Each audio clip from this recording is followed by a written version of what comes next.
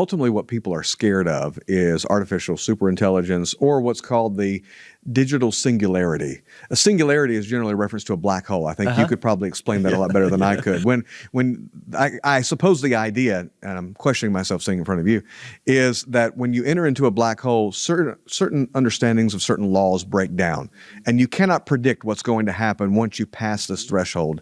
That's the singularity, right? So there's this technological singularity, meaning once AI develops past a certain point, there is no way to predict what's going to happen. We don't currently have a grid to be able to understand or predict how this is going to impact society, how it's going to impact the world. Now, there's a lot of speculation right now as to whether or not, when we're dealing with that singularity or sentience, almost. That's idea, it. I mean, that's what everybody's scared of. They're scared of the Matrix sentience, we think of Terminator 2, you know, Judgment Day, where these machines are taking over the world. It's actually not how I see it. I don't see that either, but so people will even ask the question, do you think it's going to get to that and they're going to control the world that way? I think AI has already been used to manipulate elections and control the world. I mean, it's already happening. In fact, when you agree to using Facebook or other platforms, many people don't know you're actually agreeing to be a guinea pig in psychological experiments. And they have actually had to admit that they are conducting psychological experiments to see if they can control human behavior.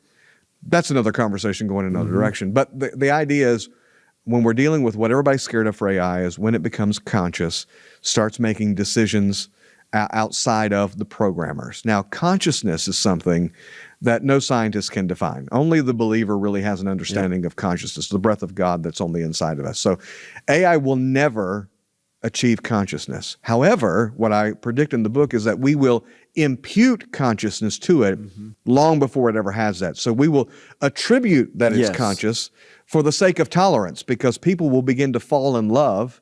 Already happening. I saw a news report the other day of a gentleman who was in love with the AI chatbot and was devastated when his history with that chatbot was deleted, had to start the relationship over. He just went into a fit of depression as a result of it. So because these relationships are going to develop between people who never got outside when they were kids and actually, you know, learned how to socialize, in order to tolerate that relationship, we'll impute consciousness to it. And that's going to happen very quickly. I think it's already happening now. I think in the next year, we're going to see rapid advances to that where, well, I don't want to get too in-depth in that, but we're going to see people having deep relationships with these bots. So that's what everybody's scared of, consciousness, when it starts making decisions on its own. Now, we're already seeing that happen with a lot of these AI programs.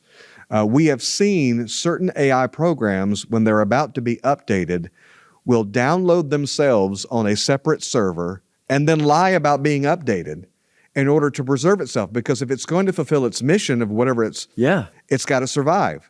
So what does it have to do to survive? And so it's already one AI company, they were going to update the AI. It threatened the programmers with blackmail.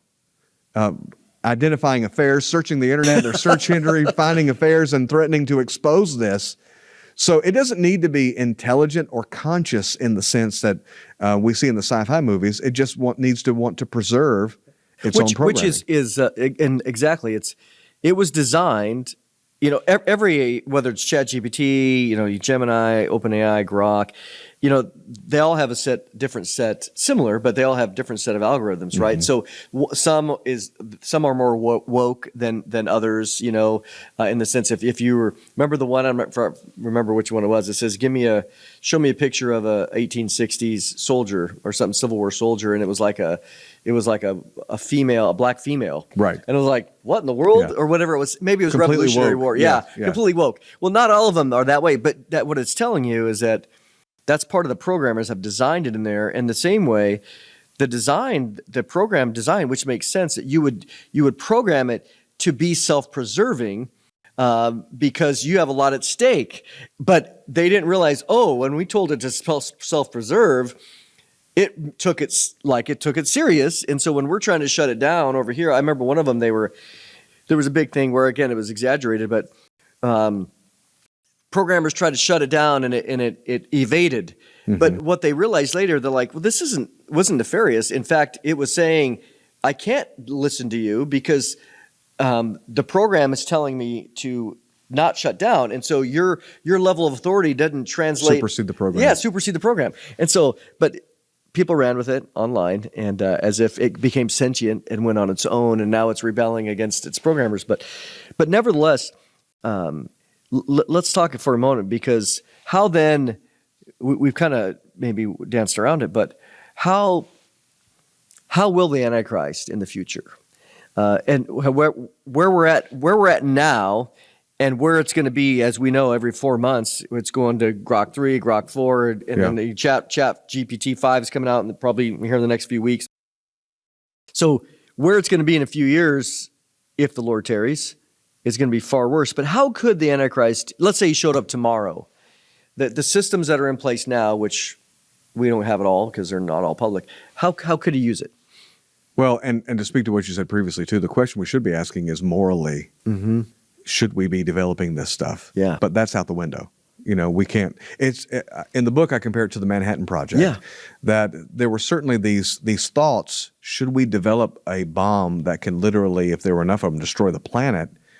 Well, we can't really think about that because our enemy is going to develop before we do. They didn't stop. So they didn't know. Musk summoned the demon, but he's talked about. They all talk about, we should have rules, but none of them stop. No, because the competitor, like you just said, China is going to develop this without any restraints, and some people think that that's actually going to be to their own demise.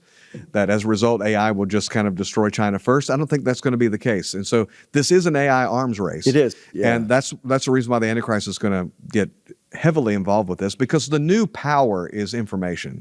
It's wars. It's data. It used to be oil. Now it's data. And we'll still fight over oil, but because we're always looking for something to fight over. But data is the big thing that the battle is over, because when you control people's data, you know them. I mean, how many people have stood in front of a TV at Walmart for 10 minutes thinking about it, and the next day they get an ad? They didn't need to hear a conversation. They didn't need to hear what you had to say. It's tracking where you are. Yep.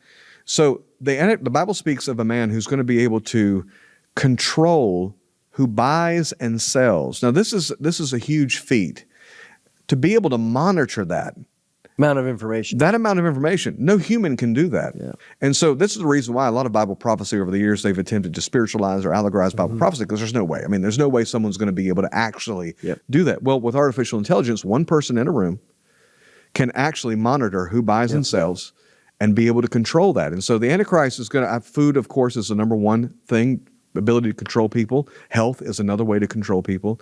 And so he's going to want to grab these levers of power through artificial intelligence and use that. Of course, Revelation 13 says he's going to create this automaton, this image, and the whole world's going to marvel at its ability to speak.